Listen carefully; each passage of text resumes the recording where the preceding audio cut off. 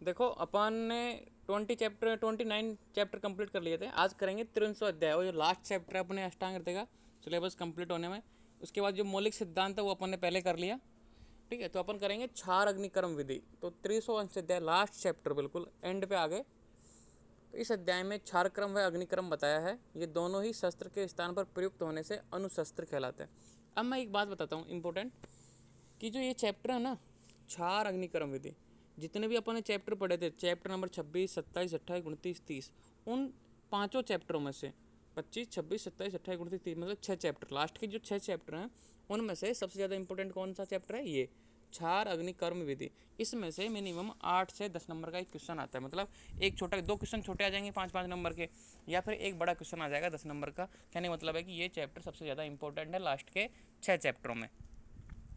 तो इस चैप्टर में क्या नाम क्या है? क्षार अग्निकर्म विधि। तो मतलब क्या क्या पढ़ेंगे? क्षार के बारे में पढ़ेंगे और अग्निकर्म। अब ये क्षार है क्या, अग्निकर्म कैसे करते हैं, कितने प्रकार का अग्निकर्म होता है, ये सारी चीज़ें, अपन क्षार कैसे बनाते हैं, क्षार के गुण क्या हैं, ये सारी चीज़ें इस चैप्टर में पढ़ेंगे।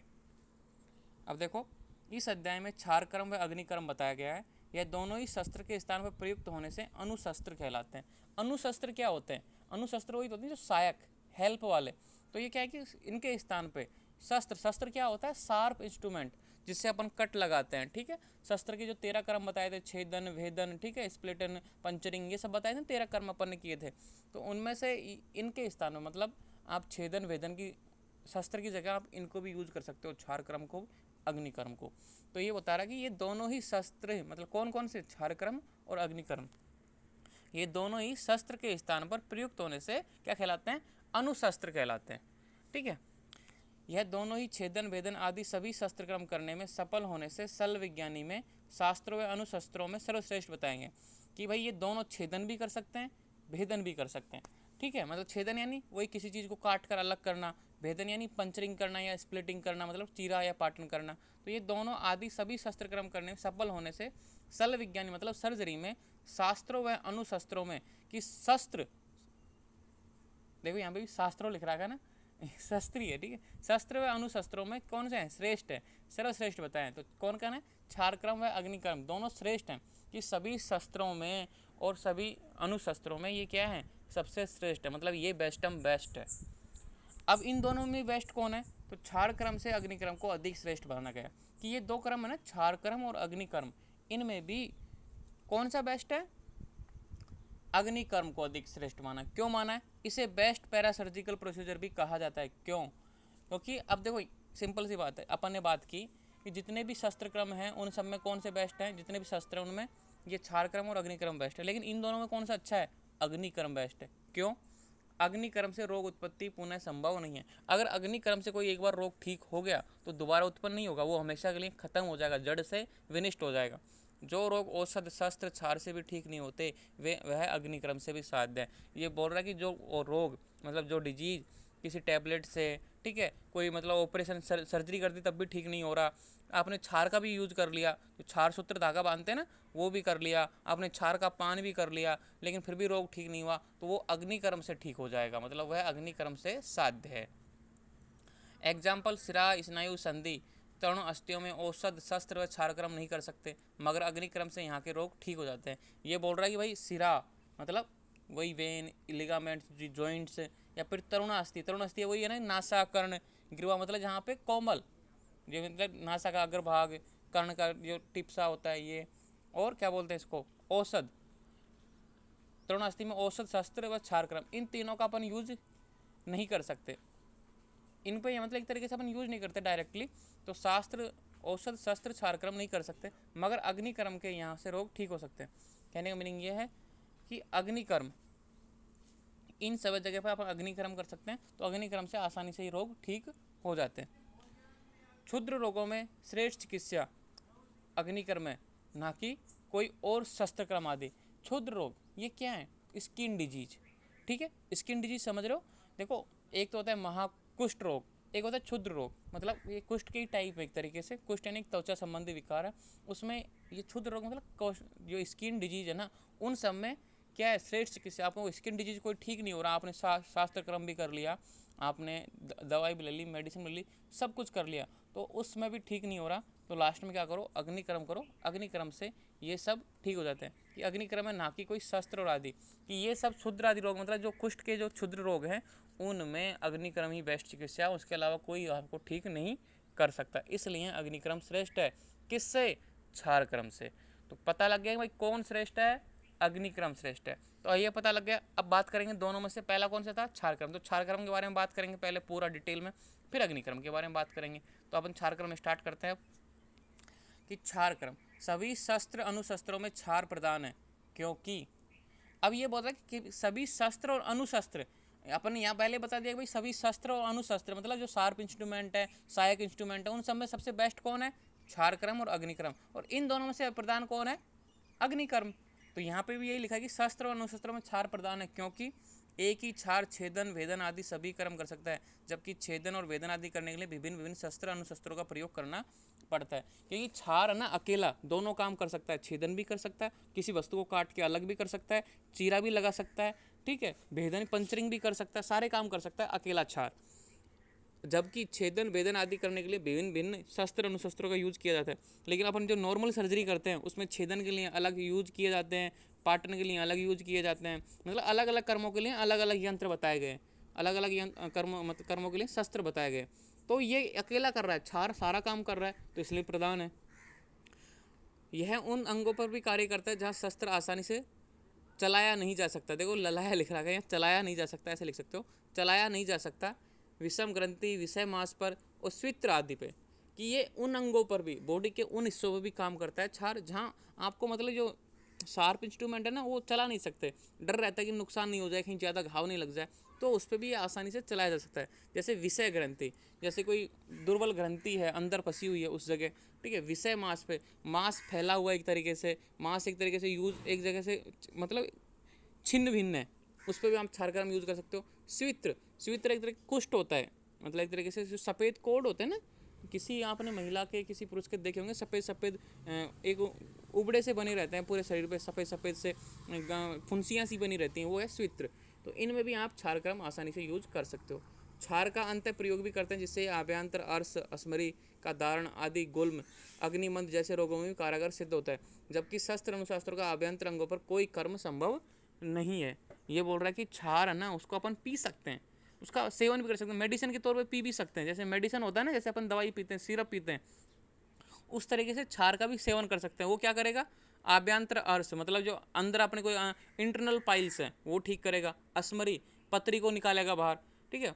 अस्मरी का धारण मतलब पतरी को छोटे छोटे टुकड़ों में तोड़ के बाहर निकाल लेगा मूत्र के माध्यम से। गुल्म, गुल्म को भी ठीक करेगा। अग्निमंद, क्योंकि क्षार उष्ण होता है, तीक्ष्ण होता है, तो अग्निमंद को भी दूर करेगा। जबकि शस्त्र अनुशस्त्रों का आभ्यंतर अंगों पर कोई कर्म संभव नहीं है। जबकि ऐसे शस्त्र अनुशस्त्रों को आप पी अंदर कोई काम थोड़ी करते हैं, नहीं करते हैं, उनकी तो सर्जरी है, बाहर से ही आप किसी चीज़ को हटा सकते हो, पाटन लगा सकते हो, मतलब बाहर से ही काम कर सकते हैं, इसलिए आभ्यंतर में काम नहीं देते। कौन, शस्त्र और अनुशस्त्र, इसीलिए क्षार प्रधान है। ये बात हो गई भाई। सभी शस्त्र और अनुशस्त्रों में क्षार क्यों प्रधान है, ये बात हो गई। और क्षार कर्म से अग्निकर्म क्यों प्रधान है, ये बात हो गई। ये बात क्लियर हो गई। अब क्षार का सामान्य ज्ञान बात करते हैं कि भाई नॉर्मल नॉलेज, क्षार का सामान्य गुण या सामान्य नॉलेज, जो भी बात आप समझ सकते हो, किसने दिया, मोस्टली सुश्रुत ने। सिंपल सी बात है, क्योंकि सर्जरी के जनक कौन है, सुश्रुत, तो वही बात करेंगे। चरक संहिता में क्षार का वर्णन आया है, सूत्र अध्याय 26 में रस संबंधी संभाषा में आचार्य निमि व आचार्य धमारगांव ने क्षार को रस माना। आचार्य निमि व आचार्य धमारगांव, ये दो आचार्य थे, किसकी बात कर रहे हैं, चरक संहिता में। कि भाई ये इतना इंपॉर्टेंट आपको पढ़ने की जरूरत नहीं है, ये पीजी के हिसाब से है कि भाई आचार्य निमि और आचार्य धारगाम ने किस क्षार को क्या माना है, रस माना। जैसे मधुर, अम्ल, लवण, कटु, तिक्त, कसाय, ये होता है ना, इस तरह से एक क्षार रस भी माना इन्होंने, ठीक है। अब देखो क्षार के सामान्य गुण बताएं किसने, पुनर्वसु आत्रेय ने। अब पुनर्वसु आत्रेय कौन है, काय चिकित्सा के उपदेष्टा, जिन्होंने मतलब चरक संहिता जिनकी उपदेश पे लिखी गई है, ठीक है। पुनर्वसु आत्रेय, आत्रेय की तो शिष्य थे ये, जितने भी थे ये सारे, जिन्होंने चरक मतलब अग्निवेश के जो 6 साथी थे, भेल, ये सब आत्रेय के शिष्य थे। तो रस नहीं, द्रव्य। इन्होंने बोला कि भाई कौन, पुनर्वसु आत्रेय ने बोला कि भाई क्षार रस नहीं है, कि मधुर, अम्ल, लवण, कटु, तिक्त, कसाय या क्षार ऐसा रस नहीं है, ये एक द्रव्य है, एक मतलब कंटेंट है, एक औषधि है। जैसे अपन मेडिसिन बनाते हैं ना, उस तरह का एक औषधि है, अनेक रस से उत्पन्न होता है, और इसमें अनेक रस होते हैं, मधुर भी होता है, लवण भी होता है, कटु भी होता है, तिक्त भी होता है, कसाय भी होता है, मतलब अम्ल नहीं होता, बाकी पांचों रस होते हैं। अनेक रस वाला है। कटु लवण रस की बहुलता होती है, और कटु और लवण रस में मोस्ट डोमिनेंट पाए जाते हैं, कि कटु रस और लवण रस इसमें डोमिनेंट के रूप में पाए जाते हैं। तो आप समझ में आएगा नहीं, क्षार क्या है, एक तरीके से कंटेंट है, एक औषधि है जो अनेक रस युक्त होती है। ओनली अम्ल रस नहीं पाया जाता, बाकी सारे रस पाए जाते हैं। उन रसों में कटु और लवण डोमिनेंट रहते हैं।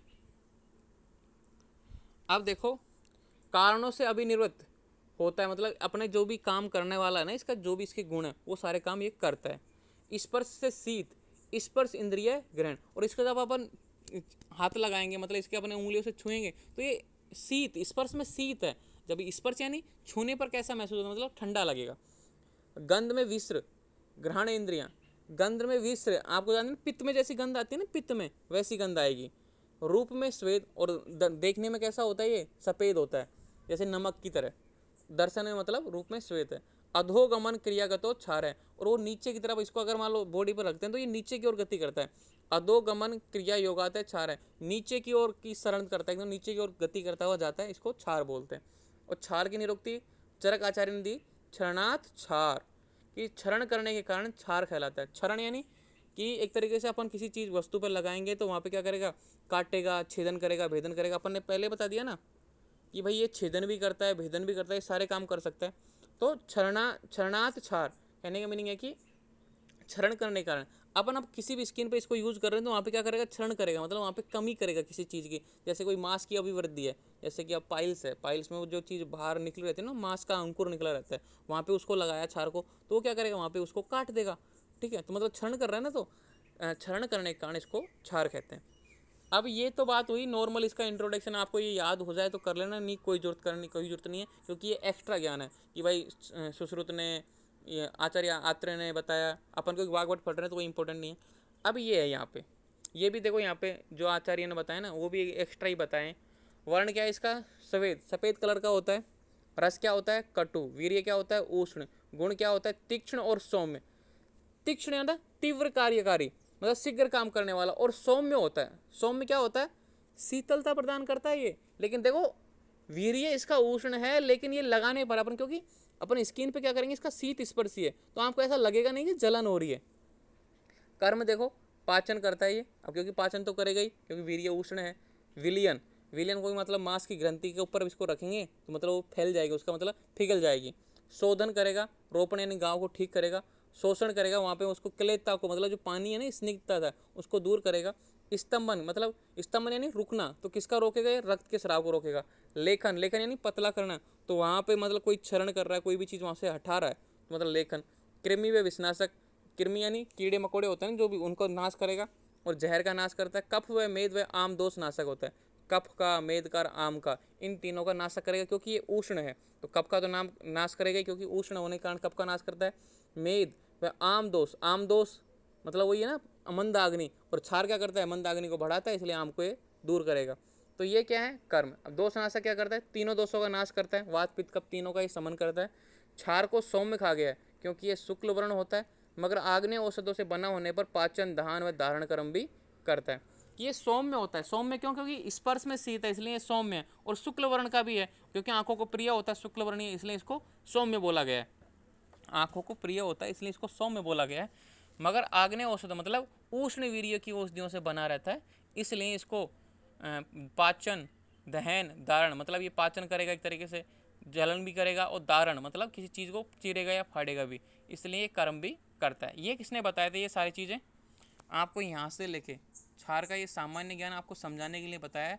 चरक संहिता में जो लिखा गया है ना, वो आपको याद हो जाए तो कर लेना, नहीं कोई ज़रूरत नहीं है। अब याद करने वाली चीज़ जो अपनी बुक में लिखी हुई ना, वो है क्षार के गुण, इम्पोर्टेंट ये हैं। क्षार के गुण कितने हैं, संख्या 10। किसने मानी, आचार्य वाग्भट ने संख्या 10 मानी है, और ये 10 के 10 आपको याद होने चाहिए। कि क्षार के गुण लिखिए, क्वेश्चन आएगा कि क्षार के गुण लिखिए, तो आपको ये लिखने हैं कि भाई 10 गुण बताएं आचार्य वाग्भट ने। सुश्रुत ने कितने बताएं, 8। और चरक अनुसार क्षार के कितने गुण हैं, 10, ये अलग लिख दिए। तो ये चरक वाले तो अभी याद करने की जरूरत नहीं है, सेकेंड ईयर में याद कर लेना, आप आराम से इजीली याद हो जाएंगे। लेकिन ये क्षार के जो 10 गुण हैं वो इंपॉर्टेंट है। ये डॉट डॉट घूम रहा है ना मेरा, ये लाल जहाँ पे स्पॉटलाइट है, ये इसे घुमा रहा हूँ, ये आपको याद करना है। तो कौन कौन से बताए हैं? ना अति तीक्ष्ण, मतलब ज़्यादा शार्प भी नहीं होना चाहिए, ज़्यादा तीक्ष्णता भी नहीं होना चाहिए कि भाई जला ही दे खाल को, मतलब एक तरीके से वहाँ पे छेद ही कर दे। जैसे होता है ना एसिड होता है बहुत ज़्यादा, या फिर स्ट्रॉन्ग क्षार होता है वो स्किन को जला देता है, ऐसा भी नहीं होना चाहिए। ना अति मृदु, कि इतना भी सॉफ्ट नहीं होना चाहिए कि वो रोग को ठीक ही नहीं करे, कुछ फर्क ही ना पड़े। सलक्षण, सलक्षण यानी क्या होता है? चिकना, चिकनाई युक्त, मतलब एक तरीके से जैसे कि कोई पत्थर होता है, अपन उसकी घिसाई करते हैं तो चिकना हो जाता है एकदम शार्प। जैसे कोई भी अपने मकान में पत्थर लगाता है तो ऊपर से चिकना रहता है एकदम चिकना, और लेकिन वो खुरदरा रहता है, अंदर से तो खुरदरी स्ट्रक्चर है लेकिन बाहर से एकदम चिकना, तो ये चिकना होता है। पिच्छल, पिच्छल यानी स्निग्धा वाला युक्त, स्निग्ध युक्त मतलब हाथों पर चिपकता हो। शुक्ल वर्ण, शुक्ल वर्ण यानी सफ़ेद कलर का। शीघ्र कार्यकारी मतलब फास्ट काम करने वाला। विषयंदी नाव, विषयंदी मतलब अगर किसी अपन घाव पे इसको लगाएं तो वो फैले ना, वैसे नहीं कि भाई थोड़ा सा लगाया जैसे लिक्विड की तरह फैल जाता है ना, ऐसा फैलेगा नहीं, वो वहीं पे स्थिर रहेगा, तो विषयंदी ना हो। शुक्र निर्वापी मतलब सुखपूर्वक शांत हो, कहने का मतलब है कि बिना किसी वेदना के उस रोग को ठीक करे। सीकरी, सीकरी यानी पिंडाकार शिखर बना ले, द्रव पर डाले, तो अगर अपन किसी चीज़ पे अपन डालें इसको, किसी भी चीज़ पे, तो ये पिंडी सी बन जाती है, मतलब एक तरीके से गांठ सी बन जाती है, तो इसका सीकरी गुण बताया। अति पीड़ा कर ना हो और ज़्यादा दर्द ना हो, मतलब रोगी को वेदना प्रदान ना करता हो, डिजीज में को यूज करते समय ज़्यादा दर्द नहीं होना चाहिए। तो ये चीज़ें 10 गुण बताएं किसने? आचार्य वाग्भट ने। ये आपको याद करने हैं, इंपॉर्टेंट यही है। ये जो सामान्य गुण है ना, क्षार के सामान्य गुण, ये बस चरक संहिता में बताएं आपको समझने के लिए, ये सब लिखे गए हैं ताकि ये आपको समझ में आए कि भाई क्षार एक्चुअली में है क्या। कि भाई क्षार कोई रस नहीं है, क्षार एक तरीके की औषधि अपन बनाते हैं, मेडिसन एक तरीके से, वो अलग अलग वीर्य युक्त होती है, ठीक है, इस तरह आपको बताया गया है ताकि आप समझ जाओ। लेकिन क्षार के जो ये गुण हैं आपको याद होने चाहिए, ये एग्जाम में आते हैं कि क्षार के गुण लिखिए। क्षार के 10 गुण हैं, सुश्रुत के 8 गुण हैं, चरक अनुसार 10 है। चरक में 10 ये कौन सा है? तीक्ष्ण, उष्ण, लघु, रुक्ष, क्लेदी, दहान, विधान, दहान, दीपन, छेदन, ये 10 बताएं। कोई जरूर नहीं है याद करने की, सेकंड ईयर में ऑटोमेटिक याद कर लोगे, जब सेकंड ईयर मुझसे पढ़ोगे तो मैं आपको बता दूंगा। सुश्रुत ने शिव गुण बताया है, सौम्य व शुक्र निर्वापी व सिकरी वह अति पीड़ा ना करे, ये तीनों गुण नहीं माने। अब सुश्रुत ने बताया था ना कि 8 गुण माने, तो भाई 2 गुण तो कौन से नहीं माने? यहाँ पर पहले लिख दिया कि शिव गुण माना, एक एक्स्ट्रा माना, मतलब शिव गुण माना तो 10 और 1 11 हो गए, लेकिन 8 माने, तो ये कौन कौन से नहीं माने? सौम्य नहीं माना, शुक्र निर्वापी नहीं माना, और सीकरी वह अति पीड़ा ना करे, ये तीनों गुण नहीं माने। शिव गुण क्या होता है? शिव गुण यानी होता है सौम्य, तो सुख निर्वापी, सीकरी, अति पीड़ा, ये 3 गुण उन्होंने नहीं माने। तो सुश्रुत में देखो ये कौन कौन से नहीं माने? सुख निर्वापी, सीकरी और अति पीड़ाकर, ये 7 तो यहाँ तक माने। तीक्ष्ण, अति मृदु, सलक्षण, पिछल, शुक्रवण, शीघ्र कार्यकारी, विसंधि, और एक 8वां गुण क्या माना है? सौम्य, ठीक है। बाकी ये तीनों गुण सुश्रुत ने नहीं माने। सुश्रुत के इसलिए बता देता हूँ मैं ताकि सुश्रुत इंपॉर्टेंट है। अब देखो क्षार के दोष, अब क्षार के दोष कितने बताएं? सुश्रुत ने बताए 9, और जो अष्टांग अपने जो बुक है अष्टांग संग्रह, अष्टांग हृदय, उसमें कितने बताए हैं? 10। तो क्षार के दोष और क्षार के गुण इंपॉर्टेंट है आचार्य वाग्भट के अनुसार, क्योंकि अपन आचार्य वाग्भट का पढ़ रहे हैं, तो वाग्भट का याद करना जरूरी है अपन फर्स्ट ईयर में। पीजी की तैयारी करोगे जब आपको अलग अलग आचार्य को याद करने पड़ेंगे, भाई किसने क्या बोला, चरक ने क्या बोला, सुश्रुत ने क्या बोला, वाग्भट ने क्या बोला, उस समय की बात है। लेकिन अभी आपके लिए क्षार के दोष ये याद करने कि अति तीक्ष्ण, ज़्यादा तेज भी नहीं होना चाहिए, और अति मृदु, ठीक है। अति तनु, अति घन, अति मतलब बहुत ज़्यादा पतला भी नहीं होना चाहिए और ज़्यादा गाढ़ा भी नहीं होना चाहिए। अति पिच्छल, बहुत ज़्यादा चिकना भी नहीं होना चाहिए। अति विसर्प, विसर्पी समझ रहे हो एक तरीके से, ये विसर्प, इसका मीनिंग क्या आएगा? अति तीक्ष्ण, अति मृदु, अति तनु, अति घन, अति पिच्छल, अति विसर्प, ये भी मैं बताऊंगा। अति विसर्पी का मीनिंग तो समझ नहीं आ रहा मेरे को। अति विसर्प, चलो कोना छोड़ो छठे को। 7वां देखो, हीन औषधि युक्त, मतलब हीन द्रवता। 7वां ये है कि एक तरीके से उसमें जो मेडिसिन, जिस मेडिसिन से अपन ने बनाया ना, उसमें ऐसे नहीं कि भाई आपने पानी पानी रख दिया, मेडिसिन भी होनी चाहिए उसमें, मतलब क्वालिटी वाली मेडिसिन भी होनी चाहिए। अपक्व, उसका पूर्णतः सही तरीके से बनाना चाहिए, ऐसा नहीं कि आपने जल्दीबाजी में बना दिया। अति उष्ण, बहुत ज़्यादा उष्णता वाला भी नहीं होना चाहिए ना। अति शीत, कि इतना बहुत ज़्यादा शीत भी नहीं होना चाहिए, मतलब मीडियम सा होना चाहिए। ये क्या है? ज़्यादा शीत रहेगा तो भी दोष है, ज़्यादा उष्ण रहेगा तो भी दोष है, अति कम पक्व रहेगा तो भी दोष है, ठीक है। अब देखो, हीन औषधि युक्त, हीन द्रवता मतलब मेडिसिन है ही नहीं उसमें, ये भी एक तरह का दोष है। अति विसर्पी का मैं मीनिंग बता दूंगा आपको ग्रुप में, ठीक है, ये मेरे को याद नहीं आ रहा, गलत नहीं बताना चाहता, इसलिए इसको छोड़ देते हैं छठे नंबर को, तो ग्रुप में मैं बता दूंगा, ठीक है। और किसी को पता चले तो बता देना मेरे को कमेंट में। अब देखो, सुश्रुत आचार्य ने अति तनु अति शीत ना मानकर अति श्वेत को क्षार दोष माना है कि भाई ये अति शीत और ये अति तनु है ना, इन दोनों को दोष नहीं माना, बाकी क्या माना इसकी जगह अति श्वेत माना, क्योंकि सुश्रुत ने 9 माने ना, तो इन दोनों को नहीं माना, ये माना अति श्वेत। तो यह मैंने ऐसे एरो मार के लिख रखा है, इन दोनों को नहीं माना, अति श्वेत माना इसकी जगह। तो क्लियर हो गया, सुश्रुत के दोष, सुश्रुत के अनुसार दोष भी याद हो गए, सुश्रुत के अनुसार गुण भी याद हो गए, सुश्रुत आचार्य वाग्भट के अनुसार दोष भी याद हो गए, आचार्य वाग्भट के अनुसार गुण भी याद हो गए, ठीक है। अब देखो क्षार योग रोग, भाई कौन कौन से जो अपन क्षार कहाँ पे कौन कौन से डिजीज है उनमें यूज कर सकते हैं क्षार का। तो बाह्य प्रयोग करने पर, बाह्य यानी अपनी जो बाहरी रूप से अपनी बॉडी पर अपन यूज कर सकते हैं, उस पर लेप लगा के, उस पर मतलब परिसेक करके, या फिर आंतरिक मतलब उसका पान करके, पान यानी पीने, पी कर कैसे रोग किन किन रोगों में ठीक कर सकते हैं। तो कुष्ठ, दद्रु मंडल क्लास, ये क्या है, दद्रु मंडल क्लास एक तरीके से स्किन डिजीज है ये चारों। कुष्ठ क्या है, कुष्ठ के टाइप हैं, दद्रु मंडल क्लास ये कुष्ठ के टाइप हैं। आप जब सेकेंड ईयर में आओगे तो कुष्ठ को डिटेल में स्टडी करोगे। और कुष्ठ क्या है, स्किन डिजीज है, और स्किन डिजीज में भी एक दद्रु मंडल क्लास एक तरीके से, जैसे देखो किसी के तो गोल गोल, जैसे कि ये गोल गोल बन गया, जैसे कि ये डॉट डॉट हो गए इसके अंदर, ये हो गया स्किन डिजीज। एक होता है ऐसा फैला हुआ ऐसा स्किन डिजीज, एक होता है दूर दूर दूर दूर, मतलब एक तरीके से। तो ये क्या है, स्किन डिजीज के टाइप्स हैं एक तरीके से। आप जब फाइनल में आओगे, नहीं मतलब सेकंड ईयर में आओगे तब सीख जाओगे। तो ये चारों कुष्ठ, दद्रु मंडल क्लास एक स्किन डिजीज है। बाह्य प्रयोग मतलब इन सब डिजीज़ों में आप क्या कर सकते हो, बाह्य प्रयोग कर सकते हो। बाह्य मर्स मतलब एक तरीके से एक्सटर्नली जो बाहरी जो होता है ना, पाइल्स होता है उसमें। बाह्य विदर्दी, विदर्दी एक तरीके से आप समझ सकते हो कि कोई मतलब गंदगी हो, मतलब एक तरीके से विदर्दी घाव, उस पर भगंदर, वही पाइल्स पिस्टुला। अर्बुद कोई गांठ है। दुष्ट वर्ण नाड़ी, तो ये पूरा अक्षर एक है, दुष्ट वर्ण नाड़ी मतलब विकृत घाव, बहुत ज़्यादा पुराना घाव हो, ठीक नहीं हो रहा हो, एक तरीके से सड़ गया हो, गल गया हो, दुष्ट वर्ण नाड़ी। कृमि, किसी कीड़े पड़े हो किसी घाव में, तो वहाँ पे विष, किसी विष की वजह से मान लो कोई घाव बन गया वहाँ पे। चर्म कील, चर्म कील यानी जो अपने कील हो जाती है ना, अपन बोलते हैं कि इसके तो कील हो रही है बहुत सारी, ठीक है। नेक्ष, व्यंग और मशक, मशक यानी होता है क्या, मस्से, मुस हो जाता है किसी के मशक। व्यंग क्या होता है, झाइयाँ पड़ जाना, ठीक है। ये सब क्या है, स्किन डिजीज। कहने का मतलब कि मोस्टली ये सब क्या है कि स्किन डिजीजों में बाह्य प्रयोग कर सकते हैं, किसका, क्षार का। मुख रोग देखो, मुख रोग कितने हैं, 7 बताएं। 3 रोहिणी, उपजीविका, अधिपीका, उपकुश और दंत वैदर्य, ये सब मुख से संबंधित है। कि भाई 3 रोहिणी, उपजीविका, ये सब क्या है, आप जब फाइनल ईयर में आओगे तब इन रोगों के बारे में जानोगे कि भाई 7 मुख रोग होते हैं, इनमें 3 रोहिणी, उपजीविका। अब ये आपको मैं कैसे बताऊं कि भाई 3 रोहिणी उपजीविका क्या होते हैं, आपको बस इतना याद कर लेना कि ये मुख रोग हैं।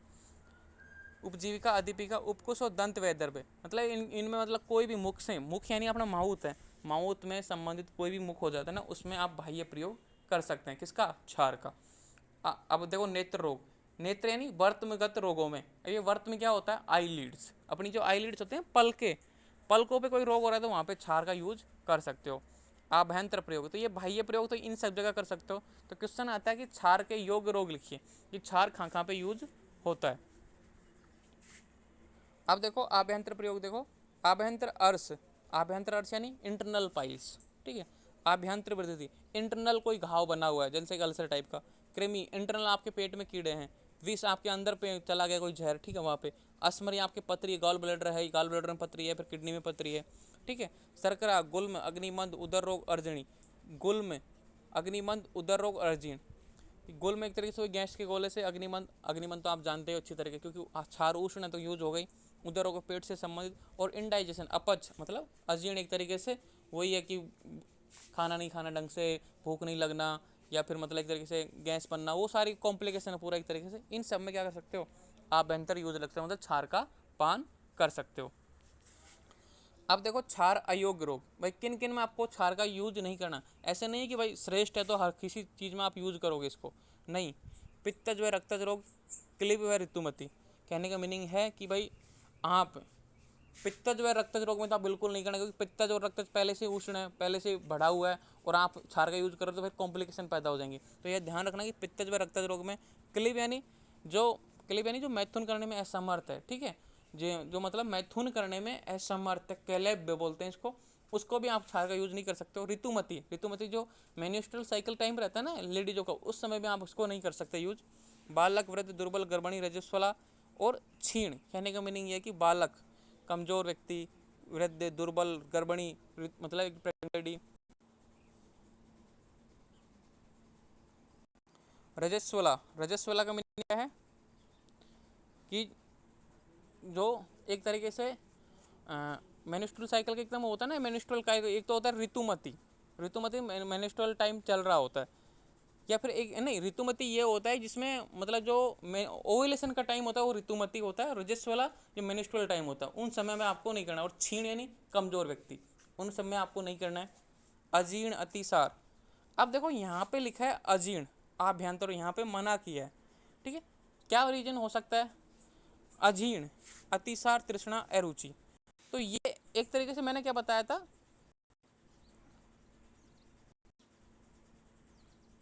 मैंने क्या बताया था कि अजीर्ण एक तरीके से कॉम्प्लिकेशन है। मैं हमेशा अजीर्ण को बहुत कॉम्प्लिकेटेड रोग मानता हूँ, आप इसको है ना नॉर्मली मत लिया करो। अजीर्ण एक तरीके से कॉम्प्लिकेटेड रोग है। अब अजीर्ण में जैसे कि अग्निमंद की वजह से आपको इंडाइजेशन हो रहा है, तो आप यहाँ पे यूज़ कर सकते हो। और यहाँ पे मान लो कि भूख खाने की इच्छा नहीं हो रही, ठीक है, तब आप देखो यहाँ पे अजीर्ण के लिए और अरुचि के लिए, तो यहाँ पे मना किया।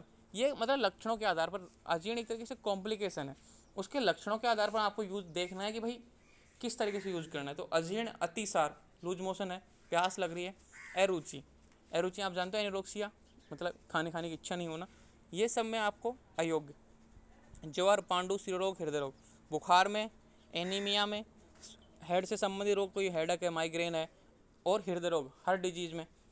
नेत्रगत रोग, वर्तमगत रोगों को छोड़कर सभी नेत्र रोगों में, कहने का मीनिंग ये है कि ओनली वर्तमगत रोग है ना, उसी में आप इसको यूज कर सकते हो, बाकी किसी में इसको यूज नहीं कर सकते हो। ओनली जो आईलीड्स हैं, अपनी जो पलकें हैं, ठीक है, वहीं पे इनको यूज कर सकते हो क्षार को। बाकी कोई भी डिजीज हो, 76 प्रकार के, कितने 76 डिजीज होते हैं आईओ में, आँखों में, तो उसमें बस ओनली 76 डिजीज में से ओनली जो वर्तमगत रोग हैं उनमें यूज़ कर सकते हो, बाकी किसी में आपको क्षार का यूज़ नहीं करना। शोधन उपरांत बमन विरेचन के बाद में आपको क्षार का उपयोग नहीं करना है।